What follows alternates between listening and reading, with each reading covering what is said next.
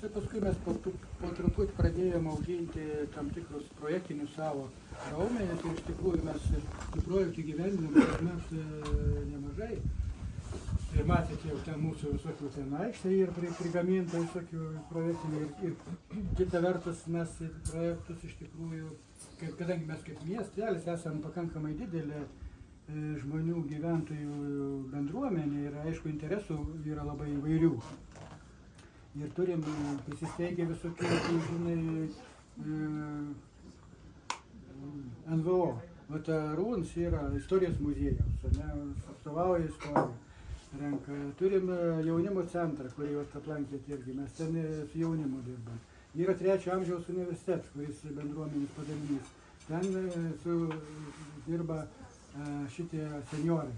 Turim neįgaliųjų organizaciją, kuri užsiima tokiais socialiniais reikalais. Tai, žodžiu, turim sporto savo tokį klubą įsteigę, kur čia dabar...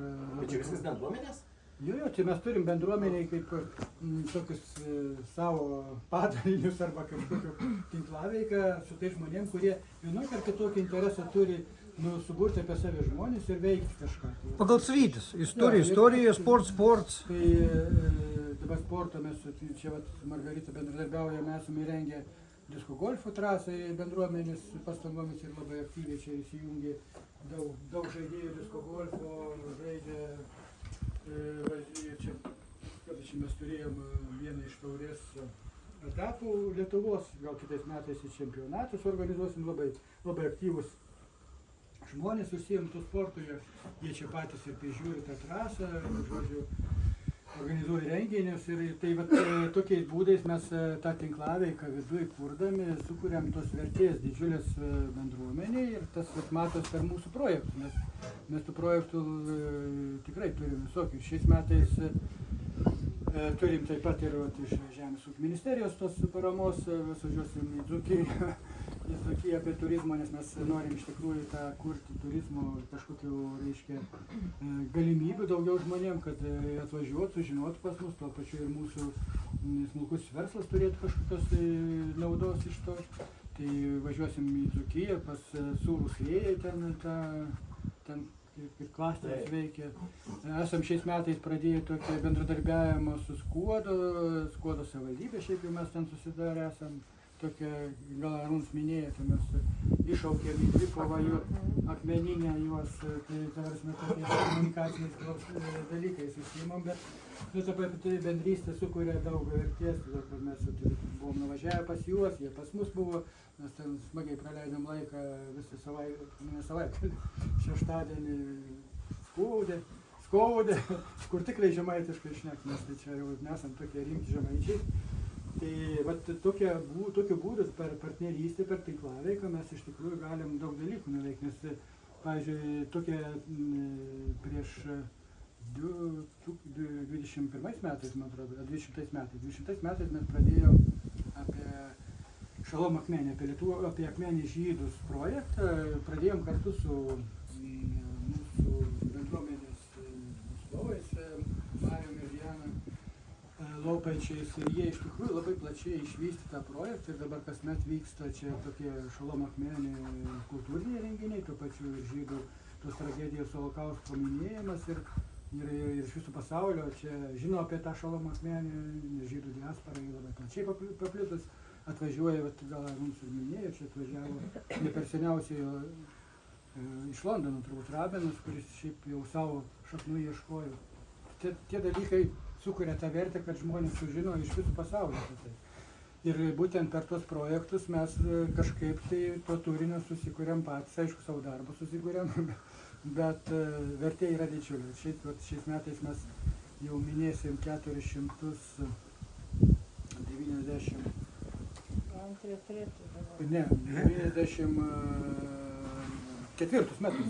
94 metus savo miesto įkūrimo.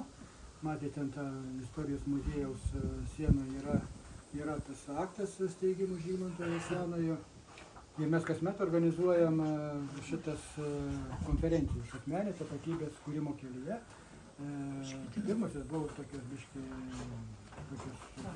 paprastesnės, bet šįmet labai esam užsirovę ant didelės konferencijos. Galite atvažiuoti konferencijų. nes dalyvaus Vilniaus universiteto daug lektorių, pats Kumblauskas atvažiuoja čia skaityti pranešimą. Tai vat 12 rugsėjo mes turėsim tą kultūros paveldo departamentas mums finansuoja tą projektą. Mes turėsim daug svečių, daug pranešėjų ir kviečiam iš visos Lietuvos, kad atvažiuos. Tuo pačiu ir pasiūlom susipažinti su Akmenė. Mes antrą programos dalį turim, kur ten galės tiesiog praeiti vėlgi tais pačiais, galbūt kuriais vaikščioti takais, bet susipažinti su Akmenė ir dar labiau sužinoti apie ją. Nes mes turėjom prieš kokius 3 metus kartu Liudą Mažylį. Liudas Mažylis pirmą kartą atvažiavo į Akmenę čia jisai ir tada mes jį patampėm čia po tą Akmenę. Patampėm ir sakom, nu dabar bus ne vien taškas Akmenė. Mes čia iš tikrųjų daug parodėm ir jis sako, va tą sieną, tai reikėtų į Briuselį vežti, čia tikrai tokio nėra. Tai va tie dalykai iš tikrųjų žmonės nustebino. Aš sakiau, kad Briuselis, tegu važiuoja čia į Akmenę. Neduosiu. Kad visi važiuotų pas mus. Tai labai svarbu iš tikrųjų savo kraštą prezentuoti, rodyti tos dalykus, kas mums čia gyvenant gal įprastai atrodo, bet kitiems atvažiavus iš tikrųjų yra kažkas nepatirto, kažkas įdomaus ir galų galia tas pačios Lietuvos suvokimas atsiranda didesnis, jūs atvažiavot iš šitų vaizdėjų, jūs pamatot, kad Akmenė yra kažkas, tai irgi mes galbūt nuvažiuosime į Dzūkiją, pamatysim pirmadienį šį bei tą, tai iš tikrųjų ta bendrystė, galą mes galim galvoti ir apie kažkokius projektus. Aš šiandien dar su Alėm šnekėjau, sakė kažkaip jūs irgi apie vaikus galvojat, gal reikėtų atvežti jaunimo centrą.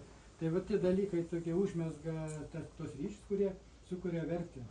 Vertę ne tik tais mums patiems, kur čia dirbam su tom bendruomenės iniciatyvom, bet tiem žmonėm, kurie galbūt įsitraukia, atsitiktinai atsiranda prie tų dalykų, bet paskui pasidaro visiškai įdomu, naudinga ir galų galia mes galvodami apie tą jaunąją kartą, kodėl mes teigiam tą jaunimo centrą, turbūt istoriją papasakoju čia. Alis pasakoja kažkaip. Labai saviai papasakoja. Nes nuo 16 metų mes čia pradėjom su tais pastatais darbuotis kaip bendruomenė, ragindami tos pastatų savininkus, kad jie įsitrauktų į tvarkymą ir kažkaip va taip dėjom iki to, kad jie mums tą pastatą padovanojo ir mes pradėjom su to jaunimo centru vargus vargti. Iš tikrųjų vargai tokie, kad ten visko reikia. Visko reikia ir tos infrastruktūros reikia, ir užimtumo reikia jaunimo, ir veiklų reikia. Bet atsiperka tų žmonių, jaunų žmonių, kurie jau praėjo, mes nuo 19 metų veikiam, praėjo tam tikrą laikotarpį tam jaunimo centre, kai jie čia buvo susirinkę alumnai šių metų prieš Velykas kažkaip. Tai iš tikrųjų papasakoja, ką jie iš tikrųjų kokius sentimentus jaučia, nes ta jaunystė būtent prabėga tokiose vietose, kur gali pabendrauti. Mokykla yra tokia vieta, kur reikia kažkokią prievartą mokintis, o čia gali daryti lyg ir ką širdis greičiau. Tai yra dalykai jaunam žmogui ypatingai svarbus. O koncepcija, turbūt papasakoju, kas tam jaunimo centre mums nusimato.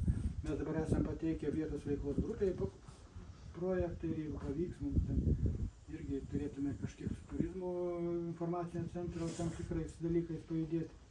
Nes mes Akmenėje neturim turizmo informacinio centro. Tai vat ir tas...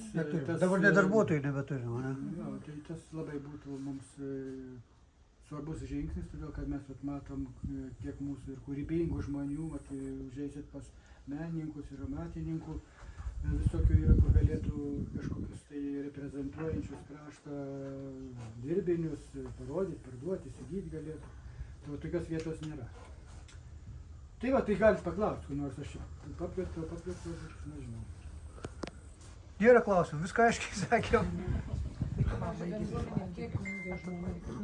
bendruomenė narių yra 74 ar 76, dabar neatsimenu. O aktyvių?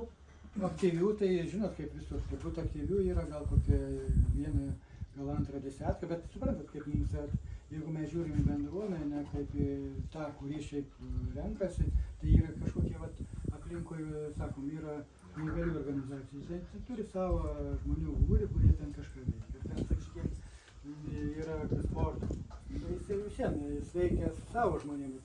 Apie 30 žmonių ir vien disko golfą žaidžiamus. Tai, ta prasme, visiems, kai reikia kažkur įsijungti kažką, tai tie žmonės įsijungia. Nes taip, kad jie ateitų bendruomenė, Nes mūsų ta situacija tokia nėra, kaip pavyzdžiui, kokio nors kaimo, kur ten keli šimtai žmonių, kur šiaip nėra tiek struktūrizuotai. Mūsų reikia visiems žmonėms visų nesutiems prie vienos idėjos, o tų interesų tokioj gyventojų grupėje yra labai daug.